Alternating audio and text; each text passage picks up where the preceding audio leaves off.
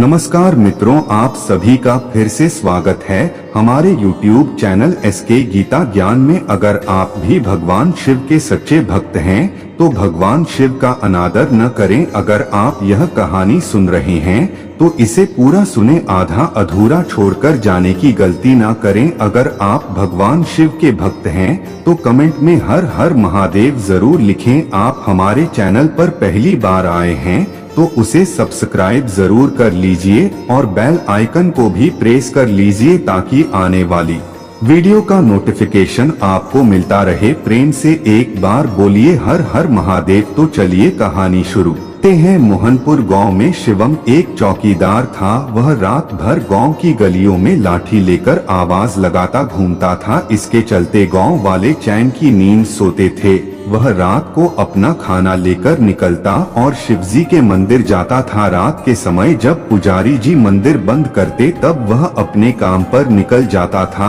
एक दिन पुजारी बाबा ने उससे पूछा, पुजारी शिवम, यह सभी गांव वाले सुबह मंदिर आते हैं और तू रात को मंदिर आता है, उसके बाद मंदिर बंद होने तक बैठा रहता है। शिवम, पंडित जी, जब तक मैं भगवान के दर्शन नहीं कर लेता मैं अपने काम पर नहीं जा सकता। दूसरा, जब तक भगवान बैठे रहते हैं मुझे गांव की चिंता नहीं है।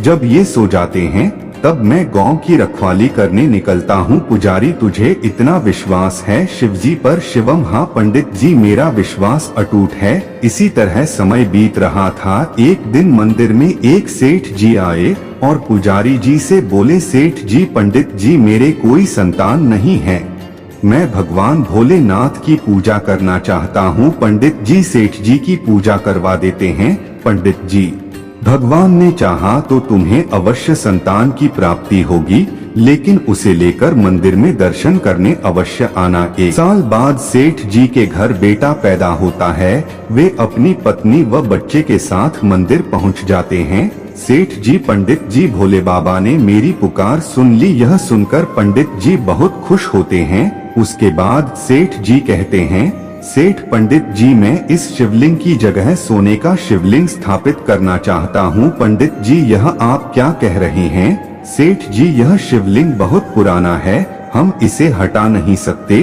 और अगर आपने सोने का शिवलिंग स्थापित कर दिया तो इस खबर के फैलते ही शिवलिंग चोरी होने का खतरा बढ़ जाएगा। सेठ जी, लेकिन पंडित जी, मैंने निर्णय कर लिया है, आप कोई उपाय बताइए। पंडित जी, ठीक है, मैं गांव वालों से सलाह करके आपको बताऊंगा। आप 2 दिन बाद आइए। रात को पंडित जी शिवम से बात करते हैं। शिवम, पंडित जी, आप चिंता न करें, भोलेनाथ पूरे संसार की रक्षा करते हैं, क्या अपने शिवलिंग की रक्षा नहीं कर पाएंगे? आप एक काम कीजिए, सेठ जी से कहिए इस शिवलिंग को ही सोने से मढ़वा दें, इससे यह शिवलिंग सोने का दिखने लगेगा और इसे हटाना भी नहीं पड़ेगा। पंडित जी, लेकिन चोरों की नजर में तो यह सोने का शिवलिंग होगा, उन्हें थोड़ी पता होगा कि यह पत्थर का है।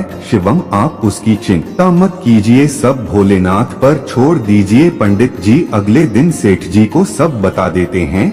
सेठ जी शिवलिंग पर सोना लगाने का काम शुरू करवा देते हैं। 1 महीने में शिवलिंग सोने का दिखने लगता है। बीच में पंडित जी शिवम को बुलाते हैं। पंडित जी, शिवम, तुम्हारी बात मानकर मैंने सेठ जी से अंदरले पर सोना तो मरवा दिया, लेकर चला गया। कुछ दिन बाद रखवाली तुम्हारे मांगने पहुँच गया। पंडित जी, वैसे तो मेरी यह बात पूरे गाँव में चोरी नहीं हो सकती, लेकिन मामला कोर्ट में चला गया। मंदिर का विशेष ध्यान बुलाया गया। एक दिन जोर जोर से रोने लगा और बोला रहा ठाकुर जी, जानते हैं मैंने द्वारा पैसा दे दिया और जज साहब ने शिवलिंग कोई गवाह है जिसने आपको साहूकार को पैसा दे। शिवम, तू देखा था? उसने मंदिर का द्वार कैसे खोला? चोर जी ने मुझे पैसे भी नहीं, मैं चोर नहीं है, मैं केवल यह सोना हटाना चाहता हूँ, तुम इस सोने को ले जाओ। शिवम, क्या मतलब? इस सोने को क्यों हटा रहे हो? आदमी, यह सोना तुम्हारे कारण लगा है, इसलिए मैं चाहता हूँ कि यह सोना तुम ही ले आजो। शिवम, आप कौन हैं और ऐसा क्यों बोल रहे हैं?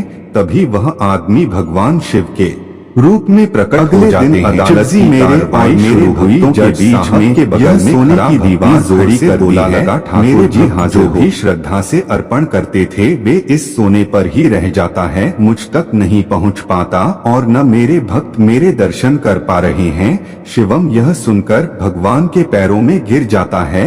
शिवम प्रभु मुझे माफ कर दीजिए, मैं अज्ञानी समझ नहीं पाया, आप तक जल भी नहीं चढ़ पाया, मैं अभी इस सोने को हटा देता हूँ। यह कहकर शिवम उस सोने को हटा देता है। भगवान शिव उसे आशीर्वाद देकर अंतर्ध्यान हो जाते हैं। सुबह जब मंदिर खुलता है तो पंडित जी यह सब देखकर शिवम से पूछते हैं। शिवम उन्हें सारी बात बता देता है। पंडित जी उसी समय सेठ जी को बुलाते हैं। सेठ भगवान मुझे माफ कर दीजिए, मुझसे बहुत बड़ी भूल हो गई, अपनी जिद के कारण मैंने आपकी पूजा में बाधा डाली। उस दिन से मंदिर में पहले की तरह पूजा होने लगी। सेठ जी ने वह सोना गरीबों में दान कर दिया। दोस्तों उम्मीद है आपको यह कहानी पसंद आई होगी। अगर आपको यह कहानी पसंद आई हो तो अपने दोस्तों और परिवार के साथ जरूर शेयर करें। चैनल को सब्सक्राइब जरूर कर लें। अगर आप भी भगवान शिव के सच्चे भक्त हैं तो कमेंट में हर हर महादेव जरूर लिखिएगा।